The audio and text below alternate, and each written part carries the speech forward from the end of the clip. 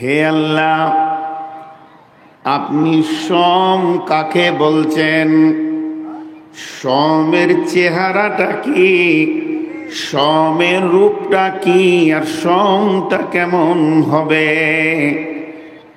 আমি এখন বেঈমান, আমি ওস্তাদের কাছে এসে হাতে হাত রেখে কালেমা পড়ছি, আশহাদু আল্লা ইলাহা ইল্লাল্লাহু ওয়া আশহাদু আন্না মুহাম্মাদান আবদুহু ওয়া রাসূলুহু। আর 20টা লোক দেখলো। যখন ওরা চোখে দেখছে তো অনুভূতি করছে নূর মোহাম্মদ বেঈমান ছিল, মুশরিক ছিল, কাফের ছিল, এর ঈমান ছিল না, এর কাছে কোনো রকম তৌহিদ রিসালা ছিল না। আজকে সে নতুন করে গোসল করে কালেমা পড়লো, এখনই 1 মিনিটের মধ্যে সে মুসলমান হলো। তার মানে আমরা যখনই কালেমার সাক্ষী দিব, এখান থেকে বোঝা যাবে যে একটা মুসলমান সে তার আল্লাহর ব্যাপারে একত্ববাদের সাক্ষী দিচ্ছে, তার কোনো শরীকে নাই, এবং সে নবী মুহাম্মদ সাল্লাল্লাহু আলাইহি সাল্লামকে নবী বলে মেনে নিয়েছে। তো কালেমাতে এটা বোঝা যায়। চলেন কালেমা বাদ দিয়ে নামাজে ঢুকে। নামাজে কেমন, নামাজের বর্ডার কতটা, নামাজ কাকে বলে, এ ব্যাপারে যদি কথা বলতে যাওয়া যায় তো 2 ঘন্টা লেগে যাবে। শুধু শর্টে একটা কথা বলি, আল্লাহর নবী বলছেন আত-তাসলিমু তাহলিলুহা ওয়া তাকবীরু তাহরিমুহা। যখন তুমি তাকবীরে তাহরিমা বেঁধে নিবে, তোমার নামাজ চালু হয়ে গেল। এখন তুমি নামাজের বর্ডারের ভিতরে ঢুকে গেলে, তুমি গণ্ডিতে ঢুকে গেলে। আর যখন এমনি করে বসে থেকে সালাম ফিরে দেবে, তুমি নামাজের বর্ডার থেকে বেরিয়ে গেলে।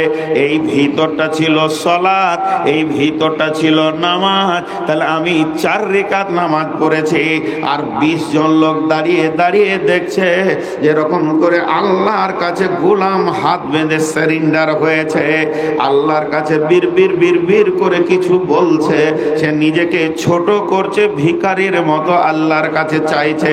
যখন আমি রুকুতে যাব, তখন ওই 20 জন ধারণা করবে নিজের মাথাটা রবের কাছে নাম করে দিয়েছে, সে রবের কাছে সারেন্ডার হয়েছে। তারপরে যখন সাজদায় চলে যাব, তখন পৃথিবী বুঝে নেবে নূর মোহাম্মদ তার রবের কাছে মাথা নাম করে অনুগত স্বীকার করেছে। তার রবকে বলছে, তুমি আমার মাবুদ, আমি তোমার গোলাম। তার মানে নামাজের ভিতরে ভিতরে কি কথা চলছে সেটা বাদ দেন, বাহ্যিকভাবে যারা দেখবে তারা অন্তত এটা আইডিয়া করবে যে নূর মোহাম্মদ আল্লাহর কাছে অনুগত স্বীকার করছে। এরপরে চলেন হজ। হজে যখন আমি যাব, এহরাম যখন পরে নেব, সাদা কাপড় পরে নেব। একদিন তো চির বিদায়ের দিনে এহরাম পরতে হবে, সেদিন তো কাফন পরতে হবে, এর নামে এহরাম নয়, কাফন পরে বিদায় নিতে হবে। ওই রূপটা জীবিত অবস্থায় গায়ে নিয়ে মাবুদের কাছে গিয়ে বলবো, যেতে যেতে বলবো, লাব্বাইক আল্লাহুম্মা লাব্বাইক, লাব্বাইক লা শারীকা লাকা লাব্বাইক, ইন্নাল হামদা ওয়ান নি'মাতা লাকা ওয়াল মুলক লা শারীকা লাক লাব্বাইক। হে আল্লাহ, আমি হাজির দিছি, হে আল্লাহ আমি তোমার কাছে হাজির দিলাম। লাব্বাইক লা শারীকা লাকা লাব্বাইক, ইন্নাল হামদা প্রশংসা তোমার, ওয়ান নি'মাতা সারা পৃথিবীর নিয়ামতগুলি তোমার, লাকা ওয়াল মুলক এই পৃথিবীটা তোমারে, তোমার পৃথিবীতে আমার মতো একটা গুনাহগার 70টা বছর কাটিয়ে দিয়েছে। লাকা ওয়াল মুলক লা শারীকা লাক, মাবুদ গো আমি স্বীকার করছি তোমার কেউ শরীক নাই। লাব্বাইক আল্লাহুম্মা লাব্বাইক। আর কাবার তওয়াফ করব, চোখের পানিতে কাঁদবো, কাবার দরজা ধরে কাঁদবো, মাকামে ইব্রাহিমে নামাজ পড়বো, সাজদায় পড়ে পড়ে কাঁদবো। তো বোঝা যাবে এই মুসলমানটা আল্লাহর কাছে পাপের জন্য হাজিরি দিয়েছে, গুনহার জন্য কেঁদেছে। এরপরে চলেন জাকাত। জাকাতটা যখন আমি দিব, আমার কাছে টাকা পয়সা থাকবে, বছরের 2.5% বের করে যখন দিব, গাঁওয়ালা, দেশওয়ালা, 10ওয়ালা বুঝতে পারবে জাকাত দিচ্ছে মানে সে নিজের মালকে পবিত্র করেছে, আল্লাহর একটা হুকুমকে মেনে নিয়েছে। তাহলে কালেমাতে কিছু বোঝা গেল, নামাজে কিছু বোঝা গেল, জাকাতে কিছু বোঝা গেল, হজেতে কিছু বোঝা গেল। ও দয়াল মাবুদ গো, সম কাকে বলে? আপনি যে রোজাটা তৈরি করেছেন, এই রোজাটা কেমন বা কি, এটা কেমন করে বুঝবো?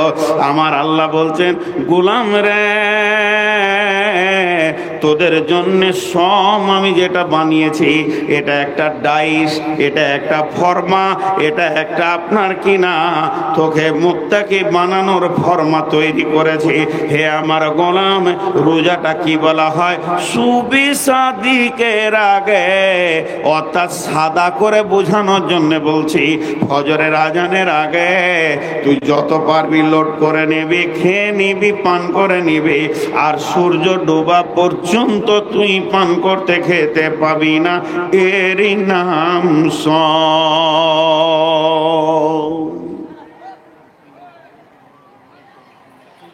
এরই নাম সওম। আমরা বুঝে নিলাম এর নাম রোজা। খাবি? আল্লাহ 1 গিলাস পানি জানটা টানছে না, আল্লাহ আচ্ছা খাবো না, পান করব না, ভেদ ভেদ করে বকবো, গাঁওয়ালাকে নিয়ে একটু গিবত, পরনিন্দা, পরচর্চায় থাকবো না, খবরদার না। আল্লাহ ওগুলা বাদ দেন। আমি কোনো বেটি ছেলের গায়ে হাত দিব না যে আমার গুনাহ হবে। যেটাকে আমি মহারানা দিয়ে বিয়ে করে নিয়ে এসছি, যেটা আমার হালাল, তো সারাদিন তো না খেয়ে আছি, তা একটু দুপুর থেকে আসর পর্যন্ত একটু গল্প গজলা করে গায়ে হাতটা দিয়ে কোনো রকম কাটিয়ে নেব না। আমি গায়ে হাত বললাম, ইশারায় বুঝেন। কিছু জিনিস কিছু বুঝে নিতে হয়। আল্লাহ বলছেন না, হালাল বিবিটাও না, ভাত হালাল, রুটি হালাল, মাছ হালাল, মাংস হালাল। হারামের কথা বাদ দেন, আমার পূর্বের বক্তা বলে গেল সুদ খাওয়া হারাম, ওটা তো কথা বাদই দেন, রুটিটাও হারাম, দিনে খেতে পাবি না। কোন ধরনের ইবাদত রে বাবা? ইবাদতের প্যাটার্নটা কেমন, ইবাদতের ডাইসটা কেমন? খবরদার খাবি না। খাচ্ছে না, আপনি খাবেন না, আমি খাবো না। তাহলে আমরা যদি না খাই, হে আমার রব, এতে আপনার কি উপকার হবে, আপনার কি লাভ হবে? সংসারে যখন অভাব এসে যায়, তখন 3 বেলা পেট ভরে মানুষ খেতে পাই না, খাবার থেকে বিরত থেকে যেতে হয়। এক যুগে অভাব দেখেছে মানুষ, তবে কি হে আমার রব, আল্লাহর সানে এটা বলা বেয়াদবি, আপনাদেরকে বোঝানোর জন্য বলছি। হে আমার রব, রমজান মাসে কি আপনার গোডাউনে খাবারের কোনো টান চলে? তাই আপনি বান্দাদেরকে না খাইয়ে দিনটা পার করেছেন, ইবাদতটা এই পেটেনে করেছেন জি না। কাগজ কলম নিয়ে বসে দেখবেন, রমজান মাসে অন্য মাসের থেকে 1.5 খরচা হয়ে যায়, বরং কম হয় না, বেশি হয়। অতএব আমার রব বলছে, খাবি না, পান করবি না, আর হালাল বিবিটার গায়ে হাত দিবি না। এটা কে চেয়ারে বসেছে? আপনার পিছনে একটা মুরব্বী আছে, আমাকে দেখতে পেয়েছে না, এবার কি করবেন? লাউ বসি আছে, ফের ট্যাং লড়াই চেমনি করে, ওকে উঠতে বলছি তো আবার ট্যাং টেমনি করে সেলাই মেশিন চালিয়ে দিলে খানিক। ওর পেছনের মুরব্বীটা কষ্ট পাচ্ছে, খেয়ালই না। দেখেন, প্রশ্ন একটা থেকে গেল, চলেন আর একটু আগে যাই। বিসমিল্লাহির রহমানির রহিম। قال رسول الله صلى الله عليه وسلم من صام رمضان إيمانا واحتسابا غفر له ما تقدم من ذنبه ومن قام قيام الليل إيمانا واحتسابا غفر له ما تقدم من ذنبه।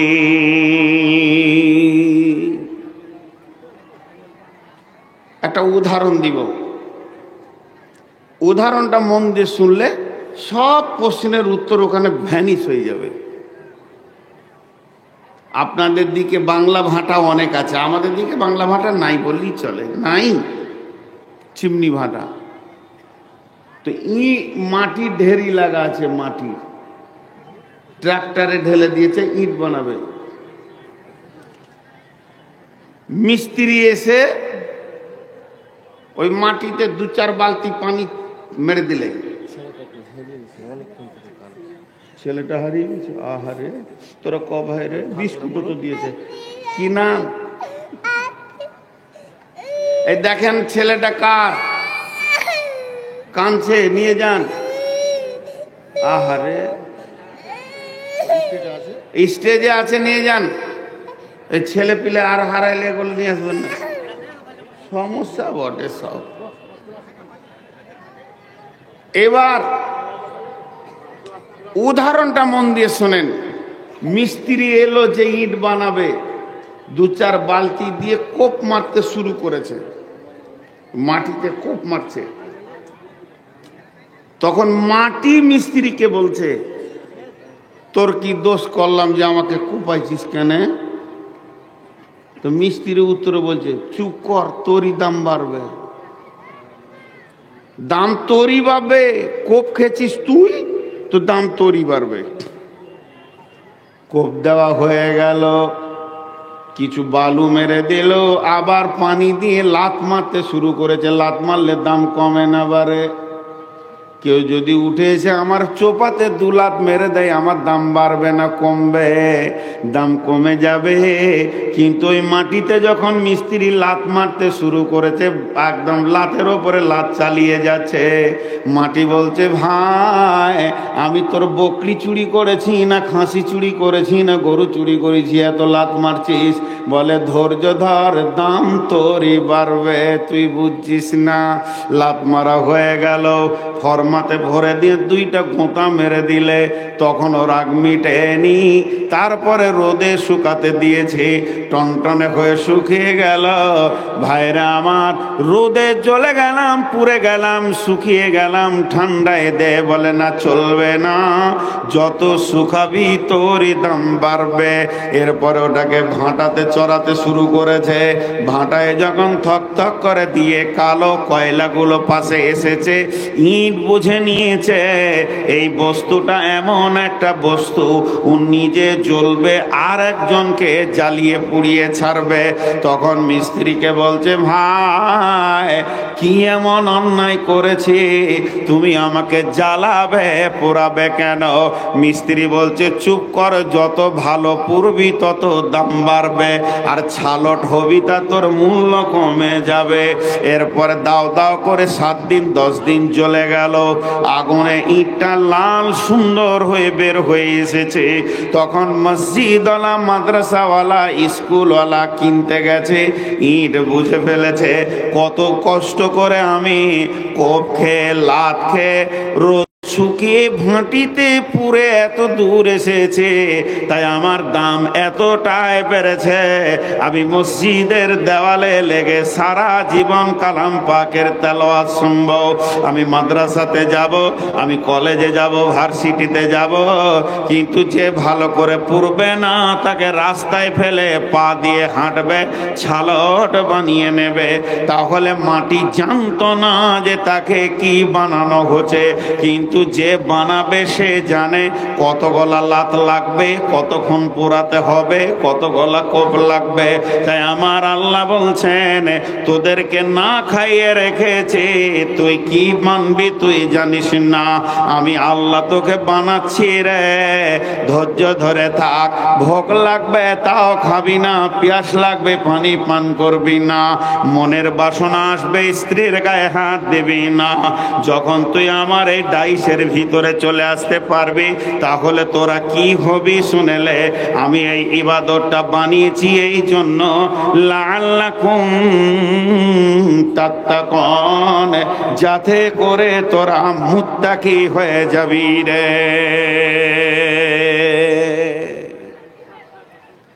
আমি রোজাকে এমন ফরমা তৈরি করেছি তোদেরকে মুত্তাকি বানানোর জন্য করেছি। তোরা হবি না, আমি বানিয়ে লিব। তোরা হবি না, আমি বানিয়ে লিব। জি, কিছু ট্যালেন্টেড শিক্ষক আছে যাদের কাছে বহু শিক্ষার আছে। আমার একটাই মেয়ে যখন 3 বছর 3.5 বছর বয়স, প্রাইভেট দিয়েছিলাম ওকে একা। যিনি পড়িয়েছেন তিনি দুনিয়াতে নাই, অনেক বড় শিক্ষিত মানুষ, ভালো শিক্ষিত মানুষ ছিলেন, চলে গেছেন। তো একদিন আমার মেয়ের সঙ্গে ও কথা বলছে আর আমি শুনছি। আমাকে বললো 2টা সিলেট লাগবে, তাই দিব। 2টা সিলেট লাগবে তো দিব। তো একটা সিলেট ও লিখেছে এ। আমার মেয়েকে বলছে আজকে পড়াশোনা হবে না, ম্যাজিক খেলা চলবে, খালি কে জিততে পারে কে হারতে পারে। আমি সিলেটে কি লিখবো তোমাকে বলতে হবে। আমি লুকিয়ে লিখছি। লুকিয়ে লিখছে না, ওকে একটু টাড়া করে দেখাইছে যে উল্টিয়ে দিলে সিলেটটা। তখন আমার মেয়েটা বলছে বলতে পারবো বলতে পারবো, এটাতে এ আছে, মানে ওকে এ বলাবে। তো মাস্টার বলছে এ আছে, এটা তো শুনবো না, কি আছে তোমার সিলেটে লেখো তো। বাচ্চা ছেলে তো খেলে খেলে খেলে খেলে খেলে এত সুন্দর করে ওকে শিখিয়েছিল। ট্রেনিং প্রাপ্ত শিশু, ট্রেনিং প্রাপ্ত মানুষ ছিলেন। তুই যে 2 ঘন্টা পড়ছে এটাও ভাবতে পারতো না। তো আল্লাহ তাবারক ওয়া তাআলা বলছে তোদেরকে আমি মুত্তাকি বানাচ্ছি, তোরা ভাবতে পারছিস না, তোরা ভাবতে পারছিস না। আপার লেভেলের একটা গ্রেট মাল তৈরি করছি আমি। এর জন্য রোজাকে এইভাবে বানিয়েছি। যেমন একটা কথা হাদিসে আছে, যখন তুমি সালাত আদায় করবে তো তুমি মনে মনে নিয়ত করো আমি আল্লাহকে দেখছি। যদি না পারো তো এটাও মনে করো আমার রব আমাকে দেখছে। সালাত আদায় করার সময় তুমি নিয়ত করো যে আমার রবকে আমি দেখছি। যদি তাও অত বড় আপার লেভেলের না হয়, তোর থেকে লোয়ার পার হচ্ছে, নিয়ত করো আমার রব আমাকে দেখছে। এটা হচ্ছে সালাতের ভিতরে মনের অবস্থা রাখতে হবে। আপনি ভুলে যাবেন, আমি ভুলে যাব। এর জন্য আমার নবী সালাতের ভিতরে তাকবীরগুলো এমন করে ফিটিং করেছে যাতে করে ওই যা ভাবটা, মনের ভাবটা যেন ভেসে ওঠে। সালাতের তাকবীর কি? আল্লাহু আকবার, আল্লাহু আকবার, আল্লাহু আকবার, আল্লাহু আকবার, আল্লাহু আকবার, আল্লাহু আকবার, আল্লাহু আকবার, আল্লাহু আকবার। সালাতের যত রুকুন চেঞ্জ করবেন খালি আল্লাহু আকবার শব্দ বলতে হবে, অন্য তাকবীর চলবে না। কিন্তু রুকু থেকে ওঠার সময় নবীজি আল্লাহু আকবারটাকে সরিয়ে দিয়ে একটা নতুন ভাষা দিয়ে দিলেন, সামি আল্লাহু লিমান হামিদা। তার মানে এটা বান্দা বলছেন সামি আল্লাহ, আমার আল্লাহ শুনছেন, হুলিমান হামিদা, সামি আল্লাহ, আমার ওই আল্লাহ শুনছেন। কি শুনছেন? লিমান হামিদা, আমি তার যা প্রশংসা করছি। তার মানে প্রতি রিকাতে একবার করে আল্লাহ হাজির আছে, আমরা জবান দিয়ে স্বীকার করি। আমাদের মন ধ্যান থাক আর না থাক, মন ধ্যান থাক আর না থাক, আমরা অটোমেটিক বলি। সালাতটা এমন ভাবে নবীজি ফিটিং করেছেন যে ওই হাদিসটার কাছে যেন ছাওয়া লেগে যায়, আমার আল্লাহ আমাকে দেখছে। এই কথাটা যেন হয়ে যায়। তার জন্য ওটা বলছে সামি আল্লাহু লিমান হামিদা। প্রতি রিকাতে একবার তুমি বলো তোমার আল্লাহ তোমার সামনে রয়েছে, তার স্বীকারোক্তি হয়ে যাবে। আর তুমিও বিশ্বাস করো যে আমার আল্লাহ আমার সামনে শুনছে, তাহলে সালাতটা কবুলিয়াতের প্ল্যাটফর্মে পৌঁছে যাবে। ওই রকম আমার রব এই সমকে রোজাকে এমন ভাবে সৃষ্টি করেছেন, এর পেটেনটা এত সুন্দর করে বানিয়েছেন, এই গলিতে যে ঢুকবে, এই জাইসে যে ঢুকবে, তাকে নতুন করে মুত্তাকি হতে হবে না, সে অটোমেটিক মুত্তাকি হয়ে যাবে।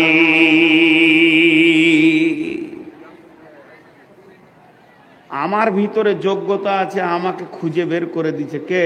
আল্লাহ। যোগ্যতা খুঁজে বের করা, আমার ভিতরে যোগ্যতা আছে, আমাকে খুঁজে বের করে দিচ্ছে কে? না আল্লাহ।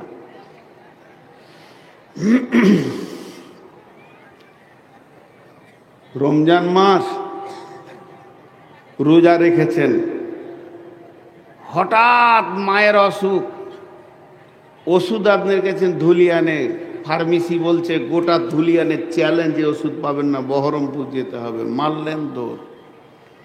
মা অসুস্থ, ছেলে বসে থাকতে পারে?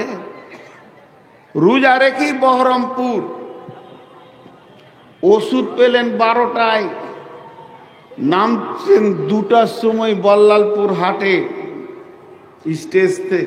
স্টেজ গাড়ি থেকে নেমে নদী পার হয়ে আপনি টোটো ধরে এসে বাড়ি ঢুকছেন, তখন হিস ফিসিয়ে মুখ লাল, এক গিলাস পানি নাই, এক ঢোক পানি নাই, সেই ভোরে খেয়েছেন, ক্লান্ত, গরম।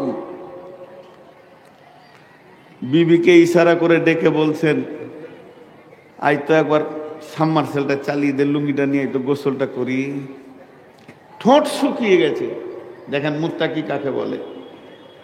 আপনি গোসলে নামলেন, শাওয়ার পানি ঝরঝর ঝরঝর করে, শীতল ঠান্ডা পানি রানিং একদম সাবমার্সেবল মেনি থেকে আপনার মাথায় পড়ছে।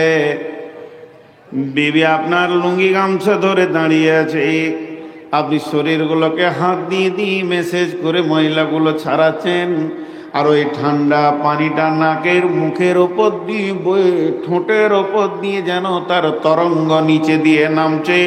যখন পানিটা ঠোঁটের দিকে আসে তখন মুখটাকে আপনি আরো চেপে ধরছেন যাতে করে যেন ভিতরে না ঢুকে যায়। এটাকে পৃথিবীর কেউ জানে না। 3 ঘোঁট পানি যদি আপনি আমি খেয়ে নিই, আল্লাহ ছাড়া কেউ জানবে না। আমিটা যে ভিতরে পানিটা আসতে দিলাম না, এটা মানুষের ভয় নয়, এটা রবের ভয়ের জন্য করেছি। শুধু তাই নয়, এবার 2 রিকাত 4 রিকাত সালাত আদায় করলাম। সালাত আদায় করে ঘরের ভিতরে শুয়ে গেলাম, খাটের ওপরে ফ্যানটা হালকা করে ছেড়ে দিয়েছে, একটা ভিজে গামছাকে গায়ের ওপরে নিয়েছি, আর সহ্য হচ্ছে না। কিন্তু খাটের নিচে মাছ আছে, মাংস আছে, রুটি আছে, ভাত আছে, আর সামনে ফ্রিজে কোল্ড ড্রিঙ্কস আছে, কোকোকোলা আছে, থামস আপ আছে, ম্যাঙ্গো জুস আছে, ঠান্ডা পানি আছে, রসগোল্লা আছে, ল্যাংচা আছে, চমচম আছে, আর ঘরের দরজা লাগানো আছে, পর্দা টানা আছে, হুড়কা লাগানো আছে। পৃথিবীর কেউ জানবে না, যদি আপনি একটা পেট ভরে খেয়ে নেন কেউ বুঝবে না।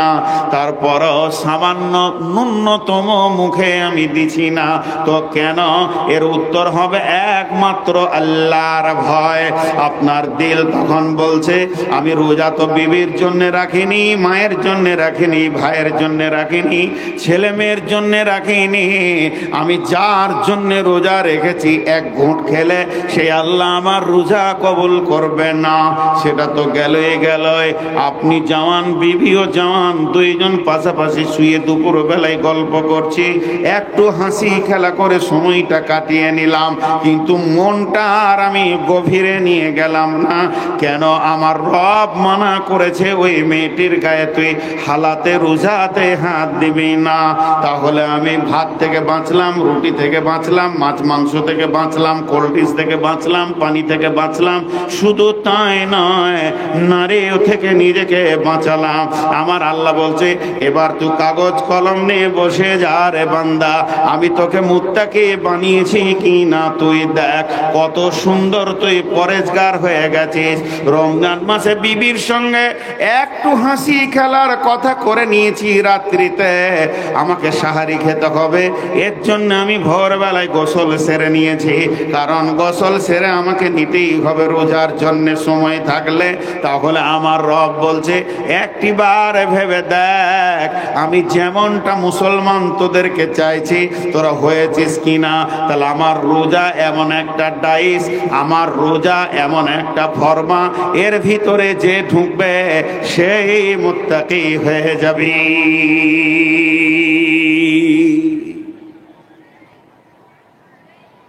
সেই মুত্তাকি হয়ে যাবে। আমরা মুত্তাকি হয়ে গেছি। আমরা মৌলানা আহমদুল্লাহ সাহেবের কাছে পড়িয়েছি, আব্দুর রহিম আব্দুল করিম মামার আব্বা নানা বলতাম। তো ওনার কাছে কোনো সবক যদি শিখতে যেতাম, ধরেন কথার জন্য বলছি, ছেলে বাচ্চা অবস্থায় পড়েছি ওনার কাছে, একবারে শিশু, আলিফ বা পড়েছি, আলিফ বা তা সা পড়েছি। তো কায়দা বুগদাদি পড়তাম তখন আমরা। তো কোনো জায়গায় লেখা আছে, ধরেন বলছি জারাবাদ, জজ জবর যা, বা জবর বা, রা জবর রা, জারাবাদ, ওইটা শিখতে গেছি।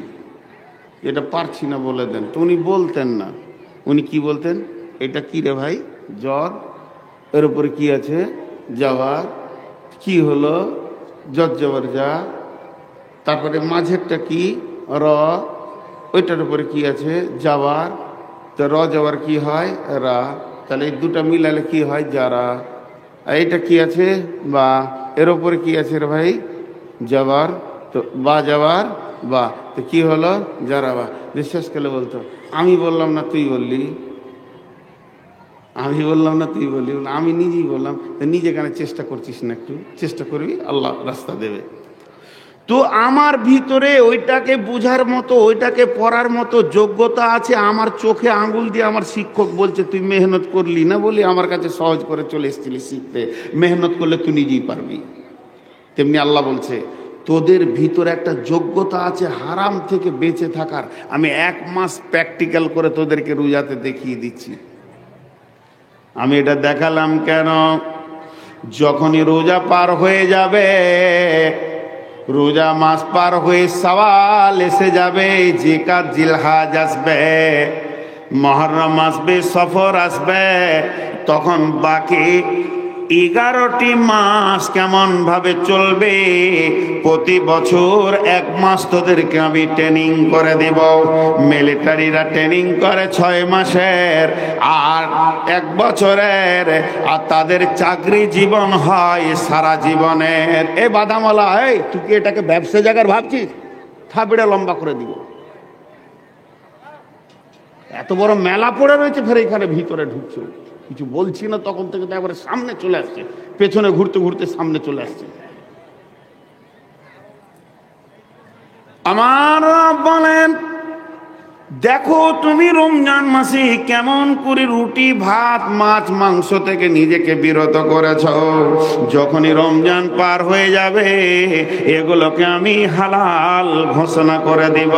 তখন তোমার জন্য সুদ জুয়া মানে ডাকাতি চুরি লম্পটে বেঈমানিকে হারাম করে দিব। ওইগুলোতে তুমি রমজান মাসে যেমন ভাত থেকে রুখেছ ওই রকম রুখে যাবে। যেমন রমজান মাসে আমি পরীক্ষিত করে দেখিয়ে দিলাম যে মেয়েটা তোমার ইশারা বুঝে, যার ইশারা তুমি বোঝো, তোমাকে ভোগ লেগেছে না পিয়াস লেগেছে তোমার বিবি বোঝে, এবং তোমার বিবিকে ভোগ লেগেছে না পিয়াস লেগেছে তুমি বোঝো। এরকম একটা হালাল মেয়ের গায়ে আমি হাত দিতে দিলাম না। তুই 1 মাস হাত দিলি না, এখান থেকে তোকে আমি একটা ট্রেনিং করে দিলাম। যখন রমজান শেষ হয়ে যাবে বিবিটাকে সকাল বিকাল গালে ধরে করে চুমা খেয়ে নিবি।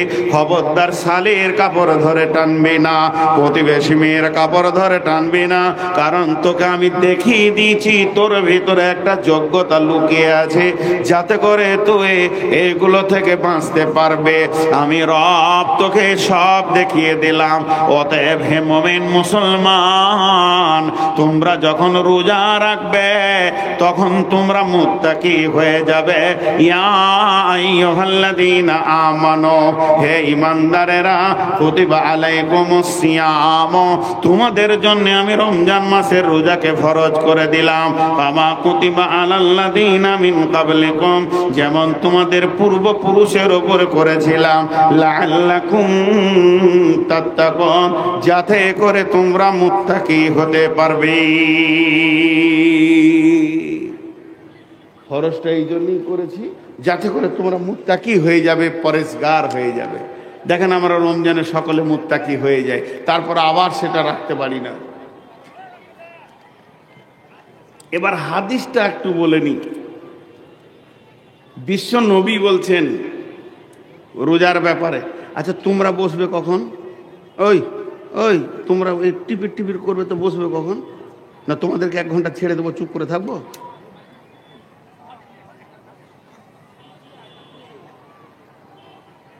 ইউটিউবাররা উপকার বড় করছে, কারণ এখন বায়ান করছি অসময়ে আপনারা শুনতে পেয়েছেন, এটা খারাপ নয়, এটা কাজের কাজ হচ্ছে। মরে গেলেও আপনারা শুনবেন, কিন্তু ওরা হুঁশ করছে না, যখন বকছে তাকে আগে থেকে ঠিক করে রাখি। আর একদিনও বলবে না যে মৌলভী সাহেব চলেন আমার ঘরে মুরগা দিয়ে ভাত খান, জীবনে বলবে না ওরা। একটা সময় খেপা কোথাকার একটা পান্নেও দেখা করে না, তাহলে জান জ্বালিয়ে ছেড়ে দেয়। তো হাদিসটার ভিতরে কি লুকানো রয়েছে শর্ত দেখেন। বিশ্বনবী বলছেন, মান সামা রমাযানা ঈমানাও ওয়া ইহতিসাবা গুফিরা লাহু মা তাকাদ্দামা মিন জামবি। যে লোকটা ঈমান আর ইহতিসাবের সঙ্গে রোজা রাখবে, তার জীবনের পূর্বের গুনার ভিতর থেকে অনেক গুনাহ মাফ হয়ে যাবে। ওমান কামা কিয়ামাল লাইলি, কিয়ামাল লাইলি বলতে তারাবির নামাজকে বলা হয়েছে। যারা রমজান মাসে তারাবির নামাজকে ঠিক মতো আদায় করে নেবে, গুফিরা লাহু মা তাকাদ্দামা মিন জামবি, তার পূর্বের গুনাহগুলির ভিতরে অনেক গুনাহ মাফ হয়ে যাবে। কোন কোন মুফাসসিরের মত, পূর্বের গুনাহ সমূহ আল্লাহ মাফ করে দিবে।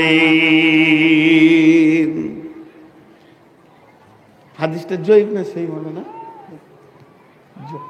ও মৌলানা নাই, চলে গেল। তাহলে এটা সেই হাদিস বলা হয়েছে বুখারীর। আমি ভাবছি মৌলানা চলে গেলেন, খেতে গেলেন নাকি? আচ্ছা, তো এটা হচ্ছে সেই হাদিস। এখন আপনাদের সঙ্গে আমার একটা প্রশ্ন, রমজান মাসে রোজা রাখবো, জীবনের গুনাহ মাপ, ভেজাল চুকে গেল, সারা বছর আবার চুরি বাটপাড়ি করবো, রোজা রেখে নেব? কথাটা বোঝাতে পারলেন কিনা? রমজান মাসে রোজা রাখলে যদি জীবনের গুনাহ মাফ হয়, যদি শব্দ ব্যবহার করলে গুনাহ হবে, কারণ রসুল বলেছেন মাফ হবে, তো হবেই। আপনার আমার এখানে মন্তব্য কিছু ঢোকানো যাবে না। আমি রমজানের 30টা রোজা যেমন করে নবীজি রেখেছেন অমনি করে রাখলাম, যেমন করে নবীজি তারাবি পড়েছেন অমনি করে তারাবি পড়ে নিলাম। আমার জীবনের গুনাহ মাফ, কেউ কেউ বলছে, আর কেউ বলছে অনেক গুনাহ মাফ। যাই হোক, মাফ হলো। তাহলে সারা বছর নামাজ পড়ো, যাকাত দাও, সুদ খায় না, চুরি করো না, ডাকাতি করো না, জেনা করো না, ব্যভিচার করো না, সাবধানে থাকবে, ডানে বামে যেন গুনাহ তোমার না হয়, এত আমার মানার কি দরকার আছে? আমি সহজ করে যেটা বুঝি, আমার মাথায় যেটা আছে সহজ ভাষা, সেটা কি? সারা বছর চুরি করব, ডাকাতি করব, বেঈমানি করব, লম্পটি করব, সুদ খাবো, লুটে নিব, যা মন যাবে তাই করব, কোটিপতি হয়ে যাব, দু চারটা মার্ডার করব, মাস্তানি করব। আর যেদিন পশ্চিম দিকে রমজানের চাঁদ উঠে যাবে, সুন্দর করে কেয়া সাবান দিয়ে গোসল করে মসজিদ ঢুকে যাব, ফেরেশতা বেনে যাব, 1 মাস আর কিছু করব না, ঈদ পরে নিব, আবার বের হয়ে যাব বেঈমানি লাইনে। এটাই আমার হলো বুদ্ধি, কারণ রমজান মাসে সব গুনাহ মাফ হয়ে যাবে। বুদ্ধিটা ঠিক আছে না ভুল আছে? এতগুলো লোক কেউ কথা বলছে না। বুদ্ধিটা ঠিক না ভুল? দেখো, আর আগেই বুঝে লিছে আমার বায়নারা। জি, যুক্তিটা ঠিক আছে, কিন্তু এর ভিতরে রসুল দুটা জিনিস বলেছেন, এটা আমরা কেউ খেয়াল করিনি। রোজাটা রাখতে হবে, ওই রোজার সঙ্গে 2টি জিনিস থাকতে হবে। যে রোজার সাথে 2টি জিনিস নাই, ওটাকে রোজা বলা যাবে না। রমজান মাসে যেমন খেয়ে নিলে রোজা হবে না, পানি পান করলে রোজা হবে না, স্ত্রী ব্যবহার করলে রোজা হবে না, আর যে রোজাতে 2টি জিনিস না মিশানো থাকবে ওটাও রোজা হবে না। নবীজি 2টি জিনিস বলেছেন, একটা হচ্ছে ঈমানা আর একটা হচ্ছে ইহতিসাবা। ঈমান আর ইহতিসাব, এই 2টি যে রোজাতে নাই, ওকে রোজা বলা যাবে না। ঈমান থাকতে হবে রোজাতে, ইহতিসাব থাকতে হবে। যে নামাজে ঈমান নাই, ও নামাজ কবুল নাই। একটা হিন্দুর ছেলে যদি উজু করে আমাদের সঙ্গে নামাজে ঢুকে যায় এবং 4 রাকাত নামাজ সুন্দর করে দোয়া পড়ে পড়ে নেয়, নামাজ কবুল হবে না। কারণ বেঈমান হালাতে কোনো আমল কবুল হতে পারে না। আগে ঈমান কবুল করতে হবে, তারপরে সমস্ত আমল কবুল হবে। ওই রকম বন্ধুরে, আমার নবী রোজার ভিতরে 2টি শর্ত ভরে দিয়েছেন, একটা হলো ঈমানা আর একটা হলো ইহতিসাবা। ঈমান আর ইহতিসাব, এই 2টি জিনিস যে রোজাতে নাই, ওই রোজা কবুল হবে না।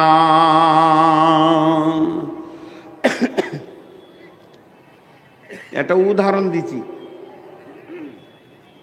হাত তুলে দোয়া, এটা করা জায়েজ না না জায়েজ ওটা আমি বলছি না, এটা উদাহরণ দিচ্ছি।